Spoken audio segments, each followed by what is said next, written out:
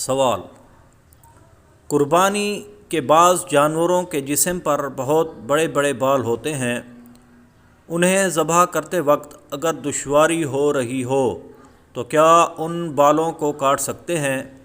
اگر کسی نے وہ بال کاٹ دیے تو ان بالوں کا کیا حکم ہے؟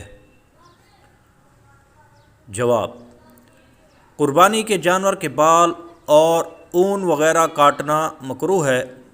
اگر کسی نے بال یا اون وغیرہ کاٹ دی تو ان چیزوں کو نہ تو اپنے استعمال میں لا سکتا ہے اور نہ ہی کسی غنی کو دے سکتا ہے، بلکہ ان بالوں اور اون وغیرہ کو کسی شرعی فقیر پر صدقہ کرنا ہوگا۔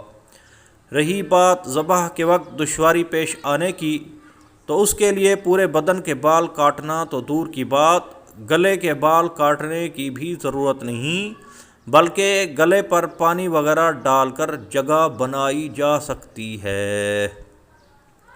رسالہ ہم قربانی کیوں کرتے ہیں، صفحہ 8۔